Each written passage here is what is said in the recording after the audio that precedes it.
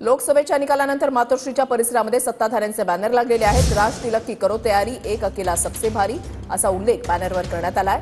फिर एक बार मोदी सरकार अशा आशयाचे बॅनर हे मातोश्रीच्या बाहेर लागलेत आणि बॅनरमधून ठाकरे गटाला डिवचण्याचा महायुतीचा हा प्रयत्न असल्याचं बोललं जात आहे।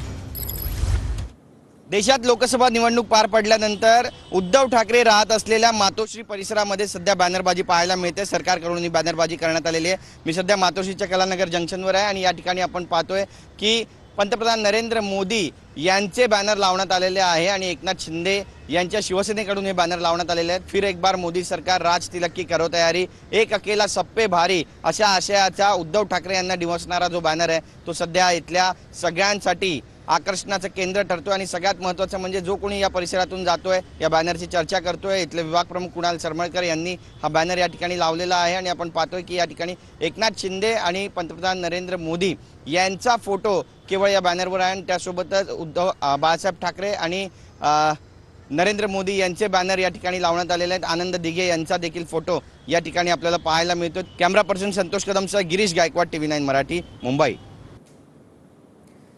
तर मातोश्रीच्या बाहेर अशा पद्धतीने हे बॅनर्स आहेत ते लावण्यात आलेले आहेत। लोकसभेच्या निकालानंतर मातोश्री परिसरामध्ये सत्ताधाऱ्यांकडून हे बॅनर्स आहेत ते लावण्यात आलेले आहेत। राज तिलक की करो तयारी, एक अकेला सबसे भारी असा उल्लेख बॅनरवर करण्यात आलेला आहे। उद्या पंतप्रधान नरेंद्र मोदी हे तिसऱ्यांदा शपथ घेतील।